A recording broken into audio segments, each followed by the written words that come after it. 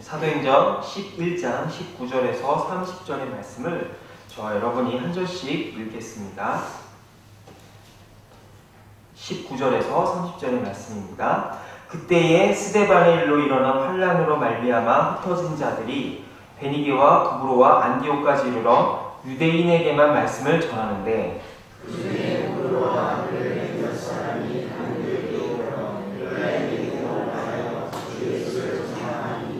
주의 손이 그들과 함께 하심에 수많은 사람들이 믿고 주께 돌아오더라.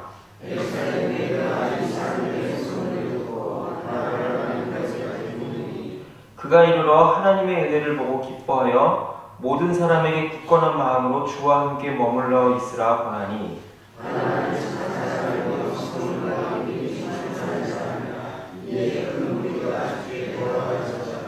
바나바가 사울을 찾으러 다소에 가서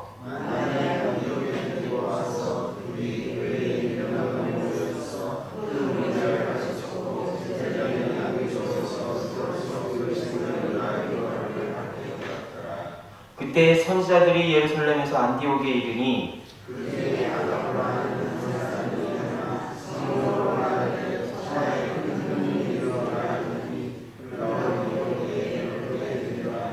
제자들이 각각 그 힘대로 유대에 사는 형제들에게 부조를 보내기로 작정하고 이를 실행하여 바나바와 사울의 손으로 장로들에게 보내니라. 아멘.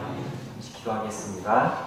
하나님 아버지, 은혜로 주님 주일을 보내고 이 시간 다시 한번 하루를 우리에게 허락해 주시니 감사합니다.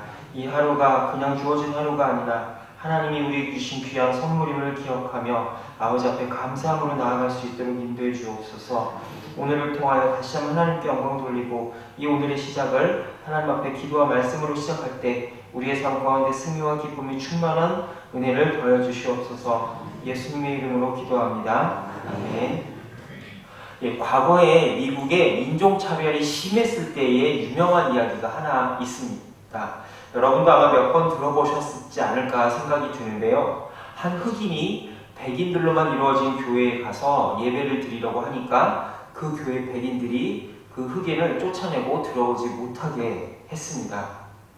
그래서 이 쫓겨난 흑인은 너무나 서러운 나머지 교회 문 밖에서 엉엉 울고 있었는데 누가 찾아와서 그 사람을 위로해 주더라는 것이죠. 그래서 정신을 차리고 돌아보니 바로 예수님이 계셨다라고 합니다. 그러면서 예수님이 하시는 말씀이 나도 저 안에 못 들어가고 쫓겨나서 여기서 이렇게 서성이고 있단다라고 이야기를 해주셨다라고 합니다. 이 이야기를 들으면 여러분들은 마음에 어떤 마음이 드십니까? 마음속에 그 백인들을 정죄하는 마음이 들면서 어떻게 저런 나쁜 사람들이 있을 수 있을까라는 마음이 들지 않을까 싶습니다.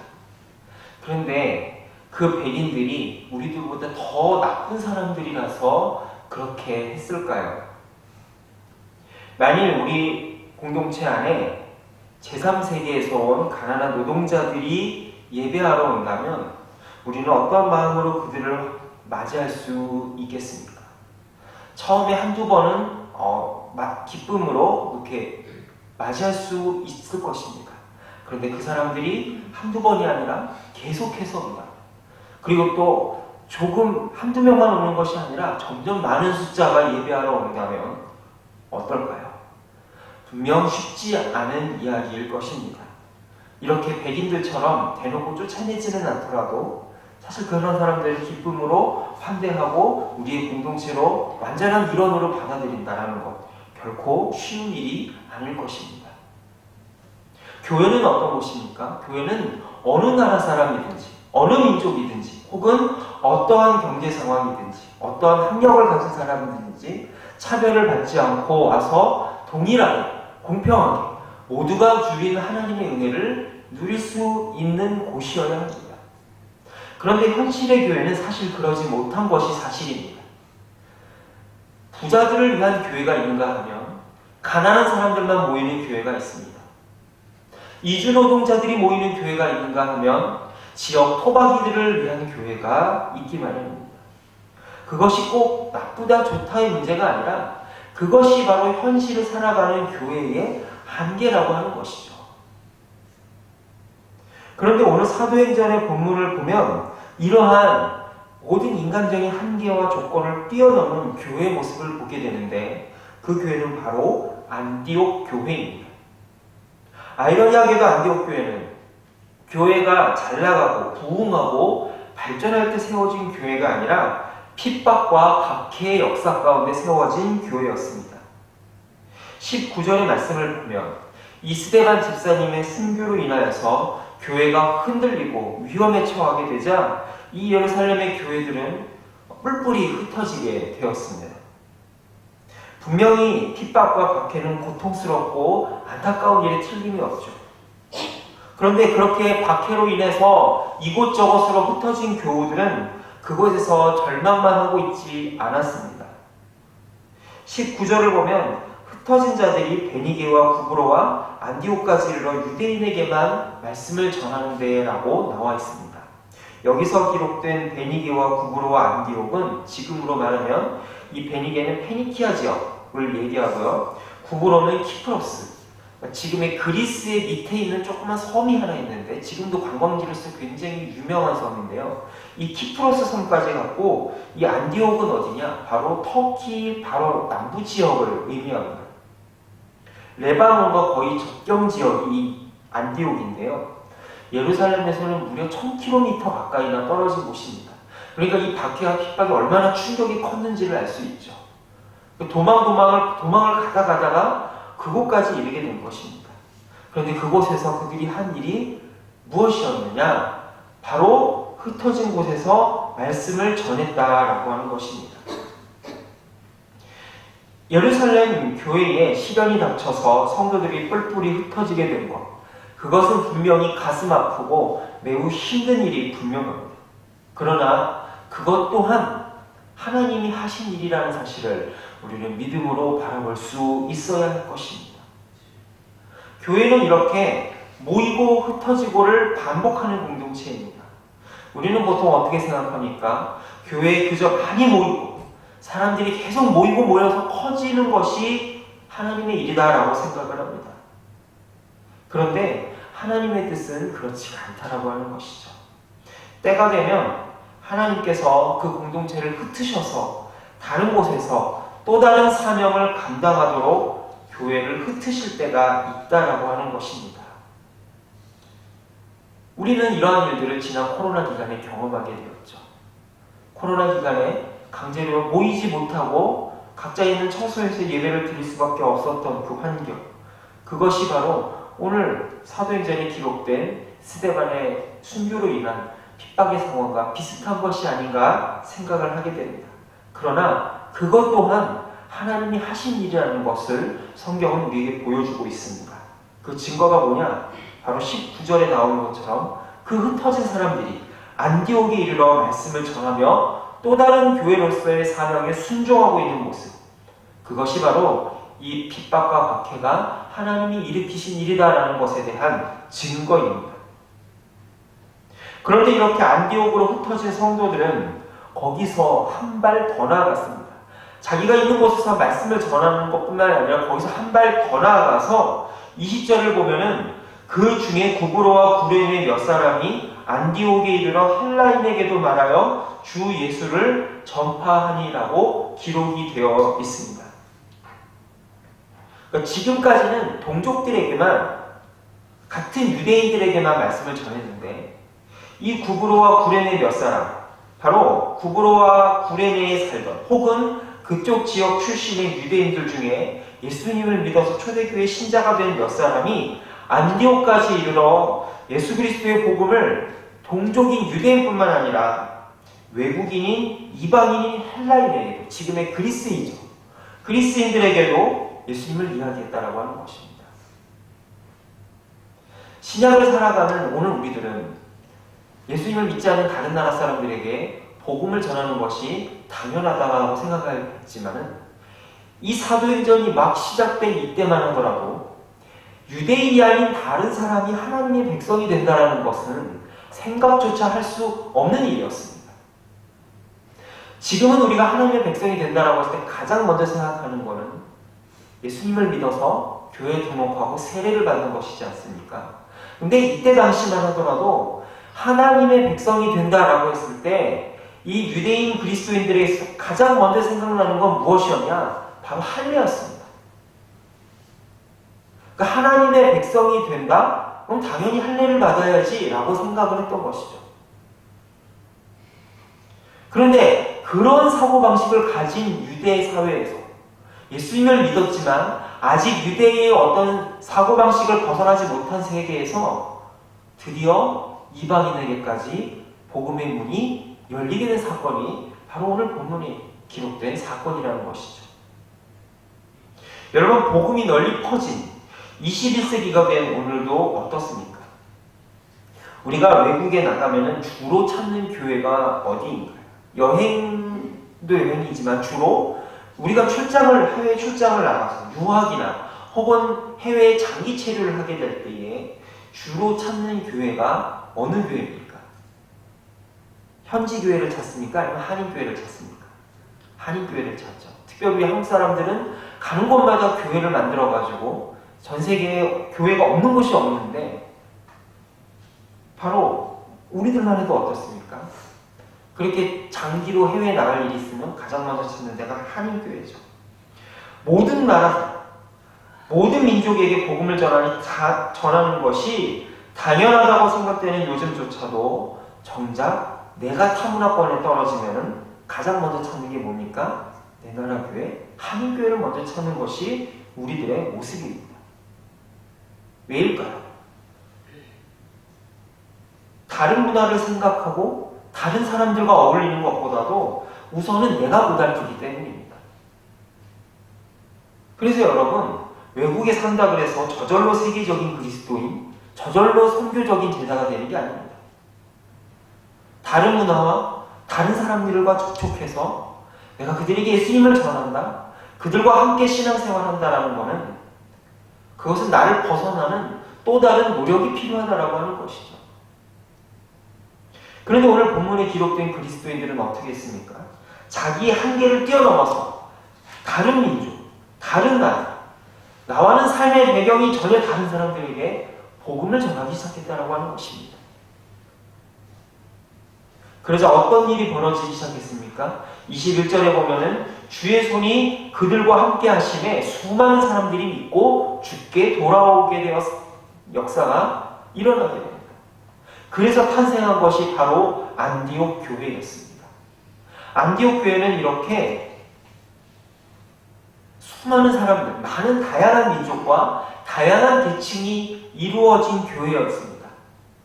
그런데 그런 교회를 묶어주는 단 하나의 정체성이 있었는데 그것이 바로 오늘 본문 26절에 나와 있는데요. 제자들이 안디옥에서 비로소 그리스도인이라는 일컬음을 받게 되었더라라고 기록이 되어 있습니다. 바로 그리스도인이라고 하는 정체성이, 그리스도인이라고 하는 단어가 성경에 처음으로 등장하게 되었는데요. 민족도 다르고 삶의 배경도 다르고 살아온 습관도 다르고 성격도 다른 사람들이 어떻게 한 공동체를 이루게 되었느냐? 바로 예수 그리스도로 인하여서 모이게 되었다고 하는 사실입니다. 교회의 정체성은 다른 데 있는 것이 아닙니다. 교회의 정체성은 우리를 구원하신 예수 그리스도 그 한 분에 달려있다는 사실을 오늘 말씀 우리들에게 보여주고 있습니다. 우리가 아까도 나누었지만 우리는 보통 교회에 사람들이 많이 모이고 커지는 것이 좋다라고 생각을 합니다. 그러나 커지는 것 못지않게 중요한 것이 있는데 그것은 바로 흩어지는 교회로서의 사명을 감당하는 것입니다. 흩어져서 나와 다른 사람들에게, 나와는 성격도 다르고 나와 삶의 배경도 다른 사람들에게 내가 나아가서 예수님을 전하는 것, 그것이 바로 오늘 우리들에게 주시는 하나님의 사명이라고 하는 것이죠.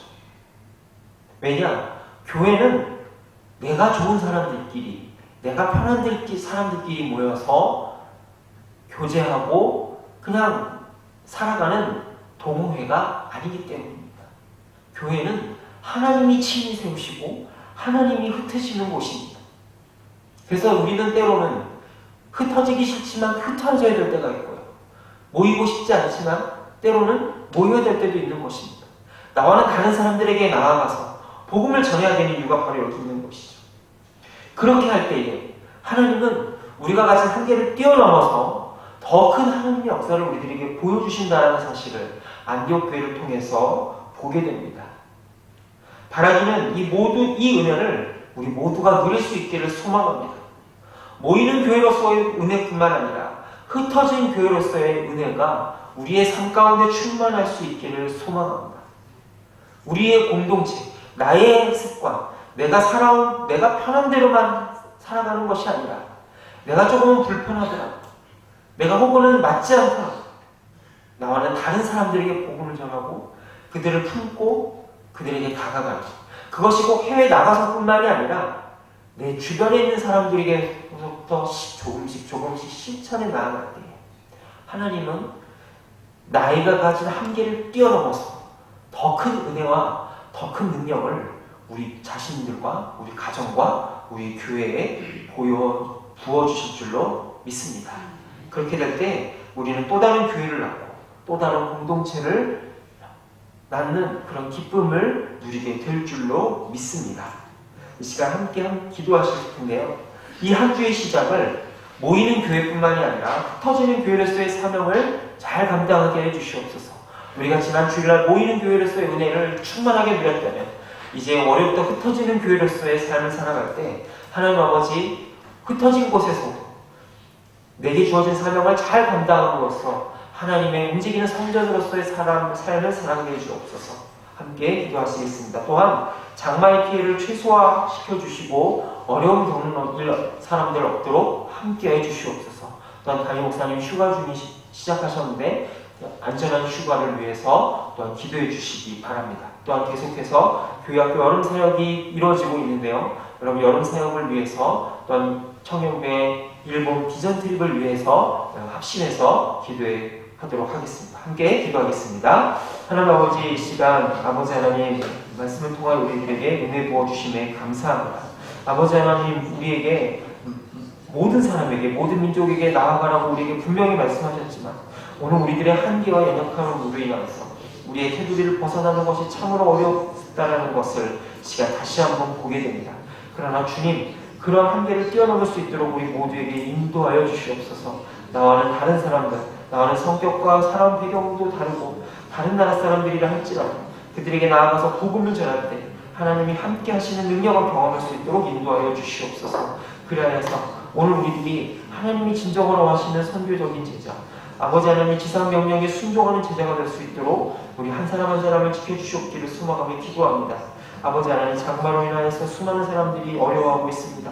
하나님 찾아가서 위로하여 주시고 은혜 베풀어 주시옵소서. 함께하여 주시옵소서. 또 아버지 하나님, 여름 사역이 시작되고 있습니다. 하나님 아버지, 은혜 가운데 함께 하셔서 다음 세대들이 주님 안에서 잘 세워질 수 있도록 이 수련의 과정마다 은혜를 베풀어 주시고 안전사고 없도록 주님께서 함께해 주시오며 특별히 청년부 일본 비전 트립 가운데 함께 하셔서 아버지 하나님, 그곳에서 세계 가운데 역사하시는 우리가 알지 못한 또 다른 하나님의 일하심을 바라보는 귀한 은혜를 더해 주시옵소서. 하나님 아버지, 이 시간 구레네 사람들이 안디옥 사람들에게 복음을 전할 때 하나님께서 놀라운 역사로 그들에게 함께 하셨음을 이 시간 보게 됩니다. 아버지 하나님, 주님은 분명 우리에게 모든 민족, 모든 나라, 모든 사람들에게 가서 복음을 전하라고 했지만 오늘 우리와 다른 사람들에게 복음을 전한다는 것, 나의 테두리를 벗어난다는 것이 참으로 쉽지 않다라는 사실을 우리는 또한 고백하게 됩니다.